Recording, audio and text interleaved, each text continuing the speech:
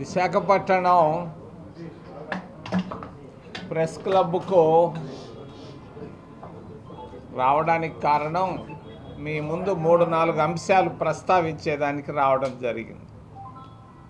మొదటిది వక్ఫ్ చట్టం, వక్ఫ్ బిల్లు. రెండోది జడ్జి గారింట్లో 500 కోట్ల రూపాయల డబ్బు.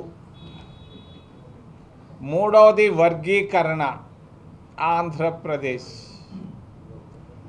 నాలుగవది రాహుల్ గాంధీ గారికి ఈడీ సమ్మన్లు.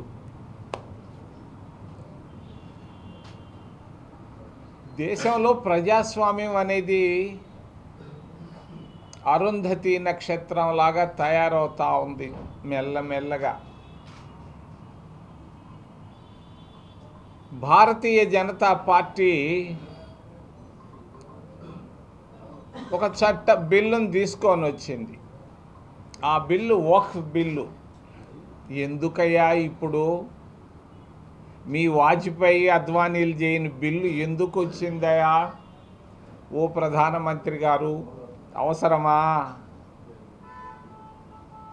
నిన్న సుప్రీంకోర్టులో వాదనలు విన్న తర్వాత నాకు అనిపించింది భారత రాజ్యాంగం అంటే కేంద్ర ప్రభుత్వ అధినేతలకు తెలియదు అని.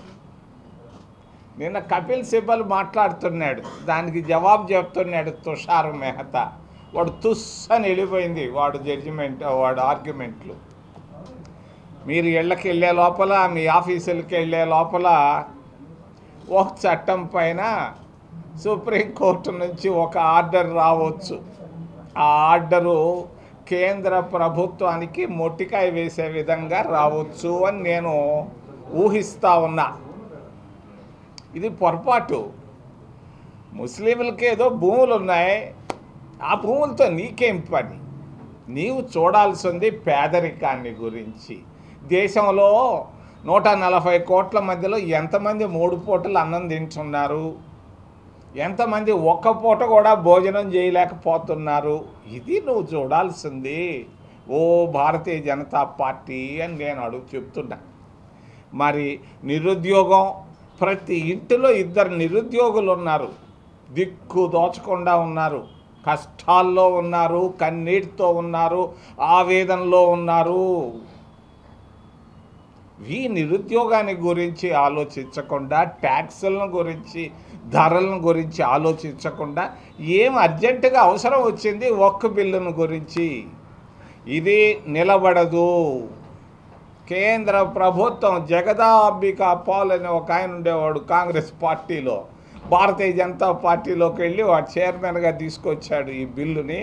ఈ బిల్లు పార్లమెంటరీ కమిటీ తెచ్చిన బిల్లు కాదు, 2 మహానాయకులు తెచ్చినటువంటి బిల్లు. దీన్ని నేను ఖండిస్తున్నా. కాంగ్రెస్ ప్రభుత్వం అధికారంలోకి రాగానే మామూలు చట్టాన్ని మేము తీసుకొని వస్తాం.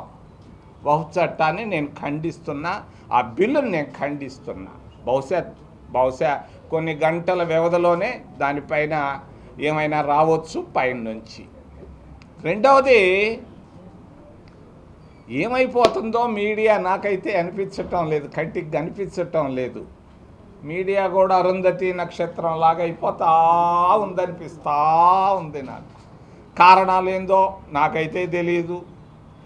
మరి 1987-88లో ఒక ఆమె ఉండేది, చిత్రా సుబ్రహ్మణ్యం అని. యాన్నో ఒక గన్ను కొంటే గన్ను పైన దినమ్మో రాసేది. పార్లమెంటు గందరగోళం అయిపోయేది. అది 64 కోట్లు. మరి జడ్జి భారతదేశ రాజధాని నగరంలో నడిబొడ్డులో ఒక జడ్జి గారి ఇంటిలో, యశ్వంత వర్మ గారి ఇంటిలో 500 కోట్ల రూపాయలు ఉంటే ఈ రోజు దాకా పోలీస్ కేసే పెట్టలేదే.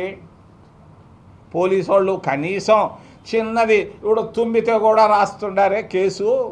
ఎందుకు జడ్జి గారింట్లో 500 కోట్ల రూపాయల దొంగ నోట్లు, దొంగ డబ్బు కనిపిస్తే, నల్లధనం కనిపిస్తే ఈడీ ఏం చేస్తూ ఉంది? ఎన్ఫోర్స్మెంట్ డైరెక్టరేట్ ఏమి కళ్ళు మూసుకున్నారా మీరు? ఏం చేస్తున్నారు మీరు? సిబిఐ ఏం చేస్తూ ఉంది? సచ్చిందా సిబిఐ? ఏమై మీరు చేసేది? ఒక మాజీ ముఖ్యమంత్రి ఇంట్లో 5 లక్షలు కనబడితే పోయి పట్టుకున్నారే భారతీయ జనతా పార్టీ. మరి అటల్ బిహారీ వాజ్పేయి ప్రధానమంత్రిగా ఉన్నప్పుడు. ఈరోజు 500 కోట్ల రూపాయలు ఒక జడ్జి గారి ఇంట్లో